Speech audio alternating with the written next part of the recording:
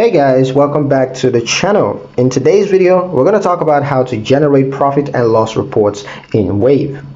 A profit and loss report shows your business income, expenses, and net profit over a period. So let me show you how to get it done. First step, go to Reports.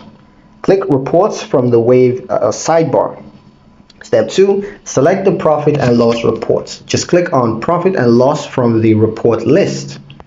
Step 3, set date range. You can use the filter at the top to select a preset range. It could be this month, last quarter, whatever it is, or you could choose to set a custom range by choosing specific start and end dates.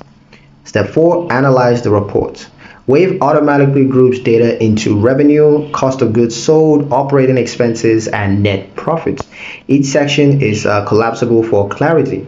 Click any line items to view related transactions. Step 5, export or print. Use the export button to download as PDF or CSV. You can also print directly from your browser. This is pretty much it for the video, guys. Hope you liked it. Hope you found the information here useful enough. If you did, like the video, comment down below, let me know what you thought. Share the video with your friends and subscribe to the channel if you haven't done so already, and I'll see you in the next one.